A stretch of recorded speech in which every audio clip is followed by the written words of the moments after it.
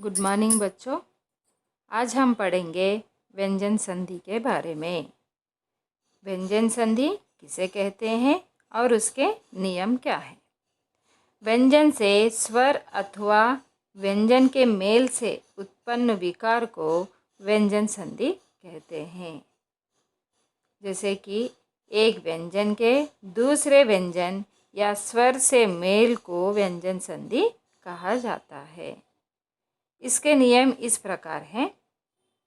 यदि माँ के बाद कोई व्यंजन वर्ण आए तो माँ का अनुस्वार हो जाता है या यह बाद वाले वर्ग के पंचम वर्ण में भी बदल सकता है। जैसे कि उदाहरण अहंकार।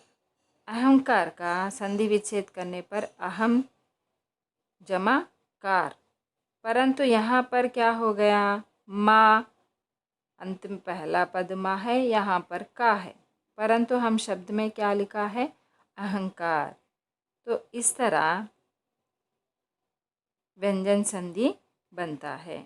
यदि दूसरा नियम, यदि ता दा के बाद ला रहे तो ता दा ला में बदल जाते हैं, और ना के बाद ल रहे तो न का अनुनासिक के बाद ल हो जाता है। जैसे उल्लास। संधि विच्छेद करना पर क्या बन जाता है, यहाँ पर उत जमा लास। यहाँ पर क्या हो गया, संधि हमने संधि विच्छेद करना पर ता का उपयोग किया है, परंतु शब्द में हमने ला का उपयोग किया है। इस तरह शब्दों में बदलाव, वर्णों में बदलाव आए तो वहाँ पर क्या हो जाता है, व्यंजन संधि।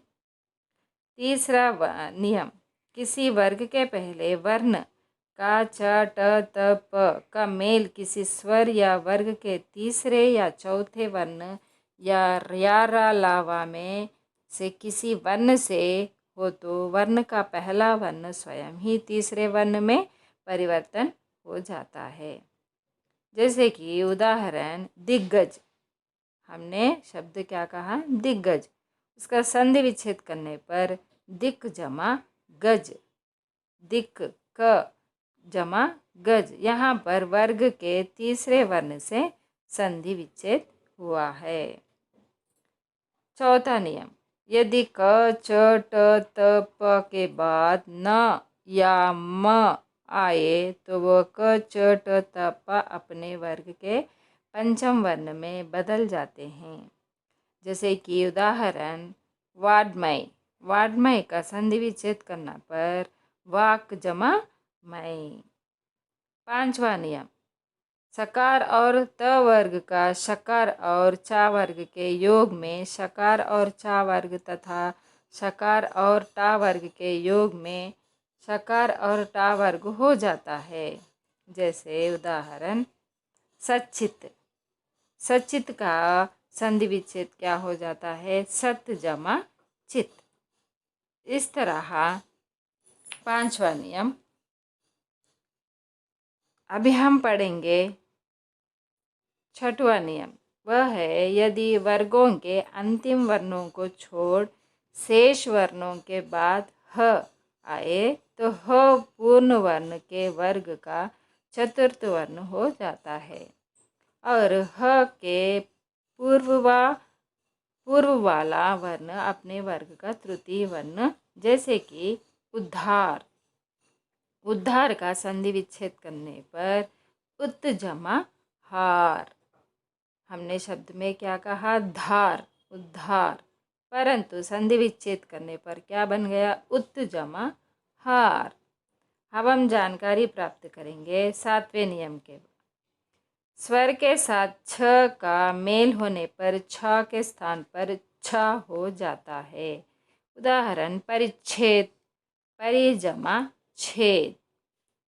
आठवां नियम, त या द का मेल चा या छा से होने पर त या दा के स्थान पर छ होता है। जा या झा से होने पर जा, टा या ठा से होने पर ट, डा या ढा से होने पर ड, और ला होने पर ल होता है। उदाहरण जगत छाया। जगत जमा छाया।